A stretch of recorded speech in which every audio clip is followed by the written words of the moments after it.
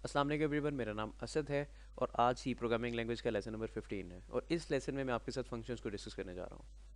Function किसी भी language में काफ़ी मेजर रोल प्ले करते हैं। मतलब आप जब भी कोई प्रोग्राम लिख रहे होते हैं, आप फंक्शंस का अच्छा खासा इस्तेमाल करते हैं।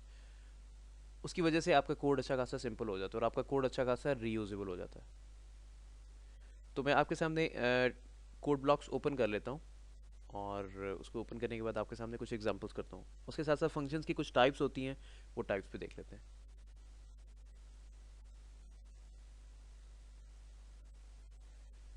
यहाँ पे मुझे प्रोजेक्ट को नाम देना पड़ेगा, फंक्शंस, और जो सोर्स फाइल है उसको मैं ओपन कर लेता हूँ। फॉन्ट साइज बढ़ा लिया।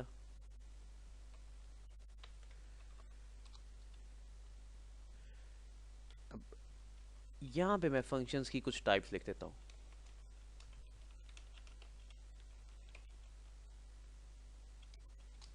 टाइप्स ऑफ फंक्शन, जो फर्स्ट टाइप है,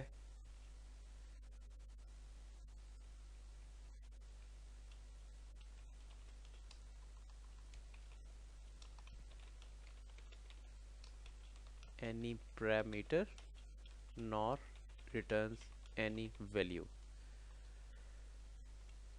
जो सेकंड टाइप है,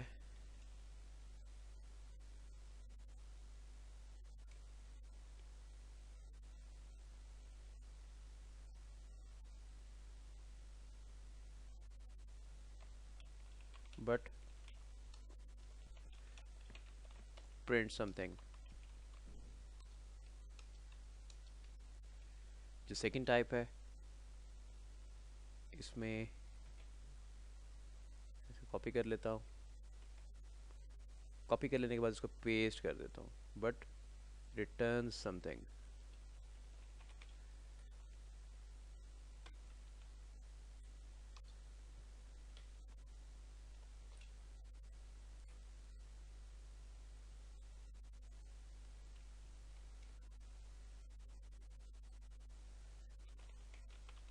aspects some parameter but does not return anything। जिसकी फोर्थ टाइप है, expects some parameter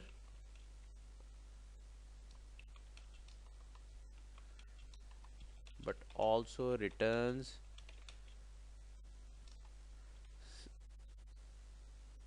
something।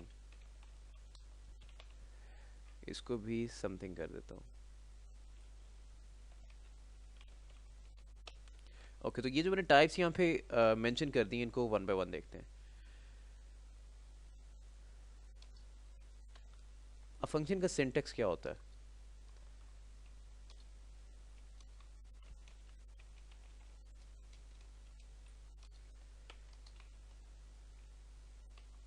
Let's suppose मैंने यहाँ पे लिखा void और इसके बाद मैंने लिखा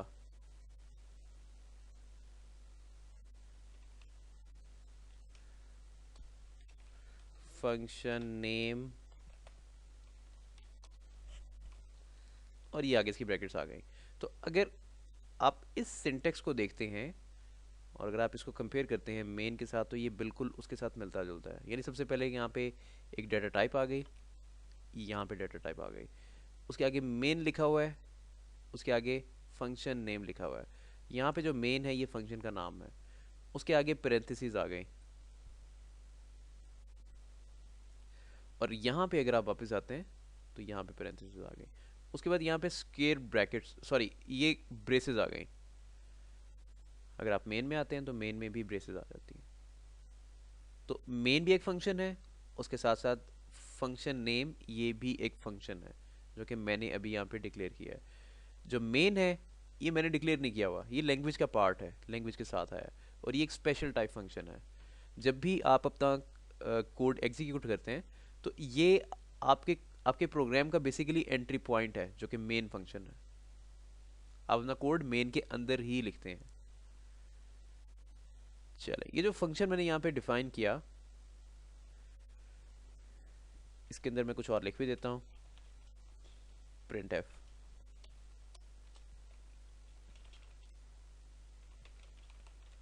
आई एम सम फंक्शन। अब हमेशा एक चीज़ याद रखें, जब ये कोड एग्जीक्यूट होगा तो code obviously line by line execute होगा। ये वाली लाइन, उसके बाद ये वाली लाइन, फिर ये वाली लाइन, फिर अगली लाइन, और ये सीक्वेंशली एग्जीक्यूट होगा। उसके बाद लाइन नंबर 18 आएगी। लाइन नंबर 18 जैसे ही आएगी फंक्शन डिक्लेयर हो जाएगा। फंक्शन डिक्लेयर हो जाएगा। डिक्लेरेशन के बाद जो लाइन नंबर 22 है, फिर एग्जीक्यूशन यहाँ पे आ जाएगी, फिर लाइन नंबर 24 पे एग्जीक्यूशन आएगी, फिर लाइन नंबर 24 पे एग्जीक्यूशन आएगी और फंक्शन यहाँ पे रिटर्न कर जाएगा। यानी कि जो मेन है वो अपना काम करने के बाद रिटर्न कर जाएगा। अब ये जो फंक्शन है, अगर मैंने इसको इस्तेमाल करना है तो कैसे इस्तेमाल करूंगा? मुझे इस फंक्शन को कॉल करना पड़ेगा। अब फंक्शन को कॉल कैसे करते हैं? फंक्शन का नाम लिखते हैं, फंक्शन नेम।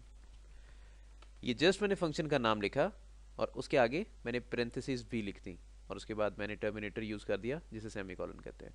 तो ये फंक्शन कॉल हो गया। अब इसके आउटपुट देखते हैं। मैं जैसे प्रोग्राम रन किया तो ये आप देख सकते हैं यहाँ पे मैसेज आ रहा है आई एम सम फंक्शन। और ये मैसेज कहाँ से आ रहा है? इस फंक्शन के अंदर मैंने लिखा हुआ है। और ये फंक्शन काम क्या कर रहा है? ये कोई मैसेज प्रिंट करवा रहा है। तो यहाँ पे नोट करें, ना तो फंक्शन कोई पैरामीटर एक्सपेक्ट कर रहा है, यानी यहाँ पे मैंने कुछ भी इस तरह से नहीं लिखा हुआ इंट ए, मतलब ये वाला जो पार्ट पेरेंथेसिस वाला है ये बिल्कुल खाली पड़ा हुआ है, इसको मैं रिमूव कर देता हूँ, खाली है। तो ये फंक्शन ना तो कोई पैरामीटर एक्सपेक्ट कर रहा है और ना ही कोई पैरामीटर रिटर्न कर रहा है। आप इस फंक्शन के अंदर देखें, आपको रिटर्न की स्टेटमेंट भी नजर नहीं आ रही फंक्शन अंडरस्कोर नेम के अंदर। और जो इसकी रिटर्न टाइप है वो वॉइड है। अभी थोड़ा सा चीज़ें मैं और डेप्थ में जाके एक्सप्लेन करता हूँ तो मेरी बातें कुछ ज़्यादा बेहतर वे में आपको समझाना शुरू हो जाएंगी। तो ये जो मैंने फंक्शन अभी आपके सामने डिस्कस किया है, ये इस फंक्शन की फर्स्ट टाइप है। ये क्या काम कर रहा है? ये कुछ प्रिंट कर रहा है, ना कुछ रिटर्न कर रहा है और ना ही कोई पैरामीटर एक्सपेक्ट कर रहा है। अब इसकी जो टाइप नंबर 2 है वो क्या कहती है? Neither aspects any parameter nor returns any value but return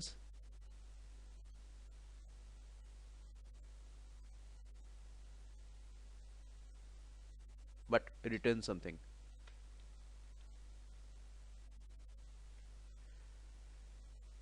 एक ऐसा फंक्शन जो कि कुछ भी एक्सपेक्ट नहीं करता, यानी कि कोई भी पैरामीटर एक्सपेक्ट नहीं करता, लेकिन कुछ रिटर्न करता है। अब ये इस टाइप का फंक्शन बनाते हैं। अगर मैं ऐसा फंक्शन बनाता हूँ तो मैं क्या काम करूँगा? उसके लिए सबसे पहले मेरे पास मुझे रिटर्न टाइप डिफाइन करना पड़ेगी। लेट्स सपोज मैं लिखता हूँ इंट और गेट एज। अब ये फंक्शन क्या काम करेगा? ये एज रिटर्न करेगा। इसके अंदर आके मैंने एक वेरिएबल डिक्लेयर किया इंट एज के नाम से और उसको मैंने एज असाइन कर दी, रिटर्न एज। अब ये फंक्शन भी डिक्लेयर हो गया। ये फंक्शन जैसे ही डिक्लेयर हो गया तो अगर मैं इसको कॉल करता हूँ, कॉल करने के बाद ये वाली लाइन एग्जीक्यूट होगी। फंक्शन कॉल हुआ, उसके बाद लाइन नंबर 23 एक वेरिएबल डिक्लेयर हुआ जिसका नाम एज है और उसको साथ ही इनिशियलाइज भी कर दिया गया 25 के साथ। और जो लाइन नंबर 24 है उस पर आगे क्या काम हुआ? इस फंक्शन ने 25 रिटर्न कर दिया, यानी कि जो एज के नाम से वेरिएबल है उसको रिटर्न कर दिया। तो अब मैं इस फंक्शन के बाहर आता हूँ और मैं यहाँ पे आके लिखता हूँ int my age equals to get age. अब इस लाइन का मतलब क्या है? ये जो फंक्शन है ये एज रिटर्न कर रहा है और वो जो एज है इस वेरिएबल को साइन हो रही है। इसको ज़रा थोड़े से बेहतर वे में विजुलाइज कर लेते हैं ताकि आप कंफ्यूज ना हो। इसको मैं माइक्रोसॉफ्ट पेंट में पेस्ट कर देता हूँ इस पार्ट को और इसको थोड़ा सा क्लीन अप कर लेते हैं।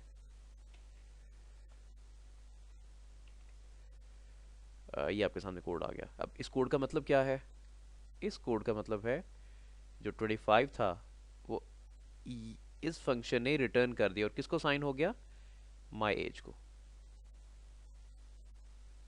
और ये काम किसकी वजह से हुआ? ये इस रिटर्न स्टेटमेंट की वजह से हुआ।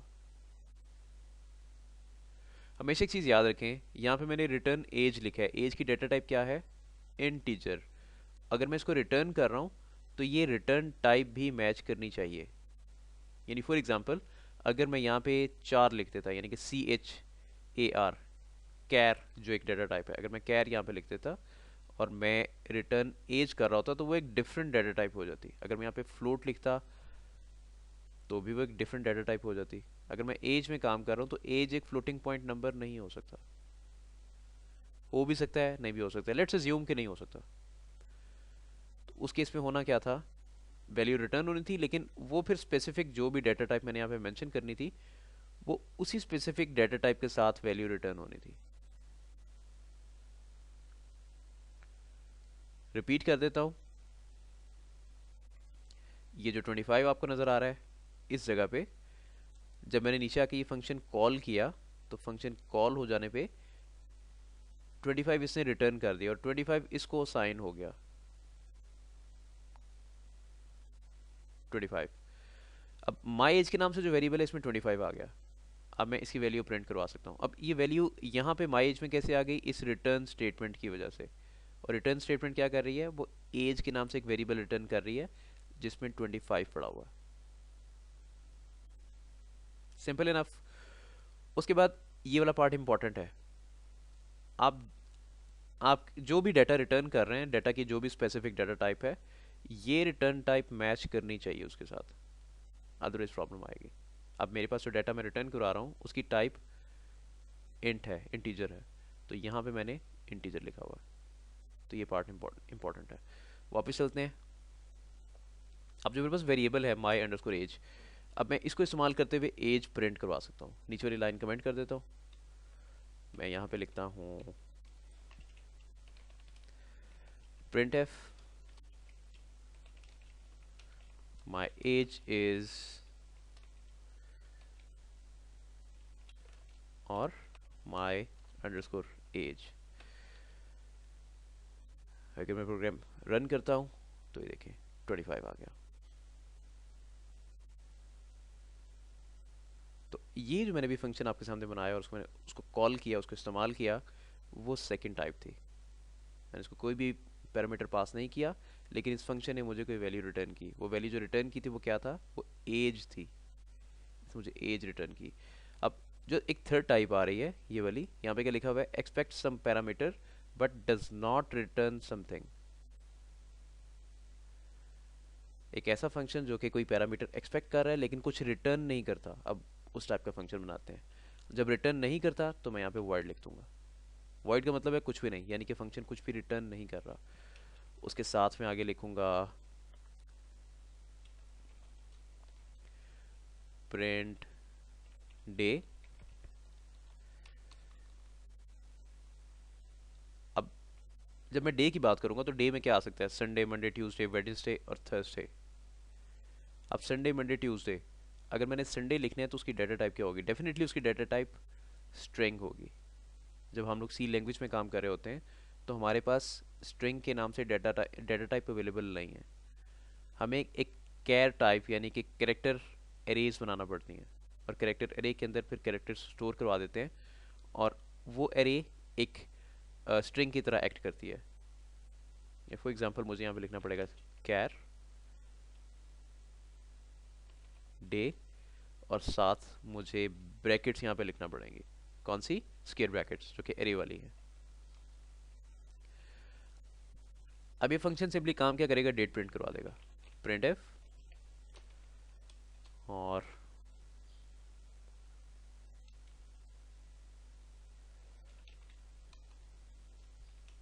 The day is percentage S. Percentage S का मतलब होता है स्ट्रिंग, यानी सेट ऑफ कैरेक्टर्स डे। अब मैंने अगर इस फंक्शन को इस्तेमाल करना है प्रिंट डे को, तो डेफिनेटली मुझे इसे कॉल करना पड़ेगा, क्योंकि कॉल किए बगैर ये इस्तेमाल नहीं हो सकता। इसके अंदर जो कोड है वो वैसे का वैसे ही पड़ा रहेगा। Print underscore day. अब इसको मैं कोई वैल्यू पास कर रहा हूँ, यानी कि मैं इसको कोई डाटा दे रहा हूँ। वो डाटा क्या है, इसको मैं डे बता रहा हूँ।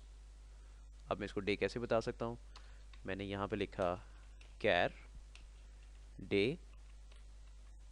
इक्वल्स टू आगे ब्रेसेस आ गई। ब्रेसेस के अंदर मैंने लिखा संडे। अब ये जो संडे के नाम से वैल्यू है आप लोग जानते हैं, ये डे होल्ड कर रहा है इस टाइम पे। डे के नाम से जो एरे मैंने बनाई हुई है जिसकी टाइप कैरेक्टर है वो होल्ड कर रहा है, तो इसको मैं डे पास कर दूंगा, डे। अब होगा क्या, ये फंक्शन कॉल होगा, बल्कि इसको भी अच्छे तरीके से विजुलाइज कर लेते हैं। इसमें मैं थोड़ा सा रूम एडअप कर देता हूँ ताकि चीज़ें नीट लगे।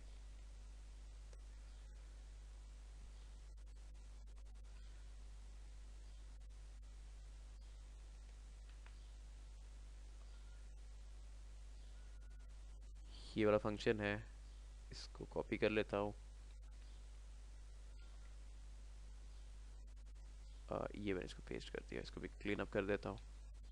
अच्छा, यहाँ पे हो क्या रहा है असल में, सबसे पहली चीज़ आप यहाँ पे नोट करें, ये एक एरे डिक्लेयर हो रही है और उसमें सेट ऑफ कैरेक्टर्स है। सॉरी, इसमें जो इसमें मैं एक मिस्टेक कर गया हूँ असल में। जब आप एरे डिक्लेयर करते हैं इस तरह से तो ये ब्रैकेट्स की ज़रूरत नहीं है।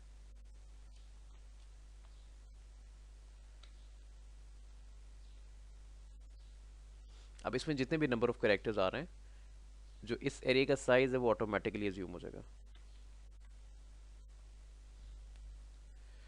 ओके, तो यहाँ पे इसकी वैल्यू जो संडे हो इसको साइन हो गई।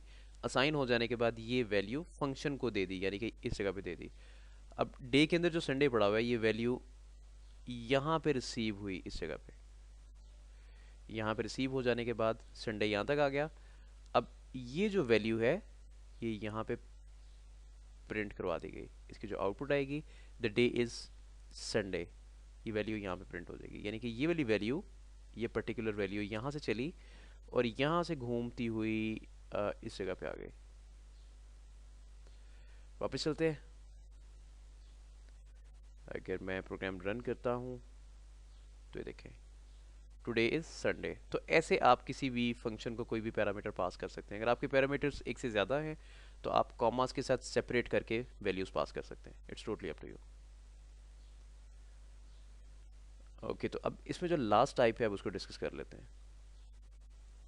अब लास्ट टाइप क्या कर रही है, expect some parameters but also return something.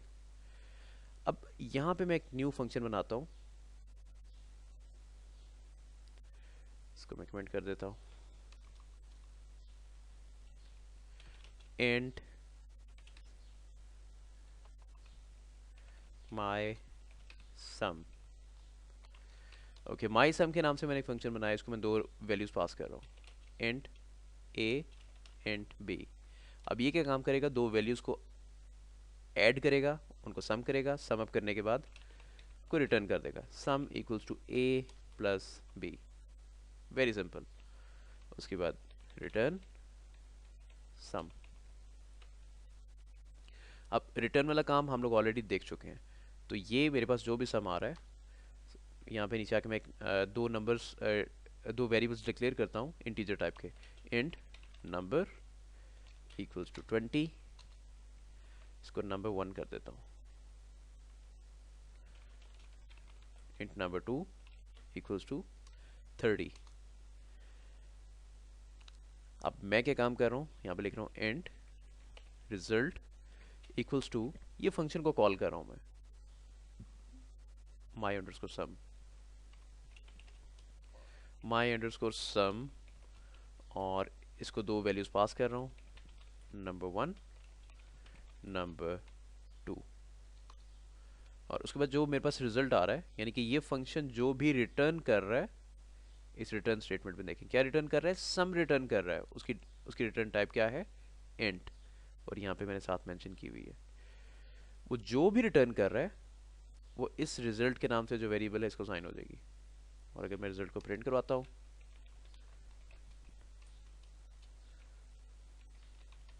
Result is dollar result. अब अगर मैं प्रोग्राम रन करता हूँ तो ये देखें सक्सेसफुली मेरे पास रिजल्ट आ गया जो कि 50 है। तो आप इस कोड को डायनामिक भी बना सकते हैं, आप यूज़र से इनपुट ले सकते हैं और आपका जो कोड है उसको आप इस तरह से लिख सकते हैं कि यूज़र की जो भी इनपुट आ रही है उसके मुताबिक काम करे। आप कैलकुलेटर बना सकते हैं, आप बहुत सारे और काम कर सकते हैं। तो मेरे ख्याल से आज के लिए इतना काफ़ी है। अगर कोई कन्फ्यूजन हुई तो आप मुझसे कांटेक्ट कर सकते हैं और मैं आपको चीज़ें एक्सप्लेन कर दूंगा। और जो मेरा चैनल है उसको भी लाजमी सब्सक्राइब करें ताकि जैसे जैसे मैं वीडियोस अपलोड करता हूँ आपको अपडेट्स आती रहें। तो मेरे ख्याल से आज के लिए इतना काफ़ी है। जो नेक्स्ट लेसन है इंशाल्लाह उसमें मुलाकात होगी। तब तक के लिए इजाज़त। अल्लाह हाफिज़।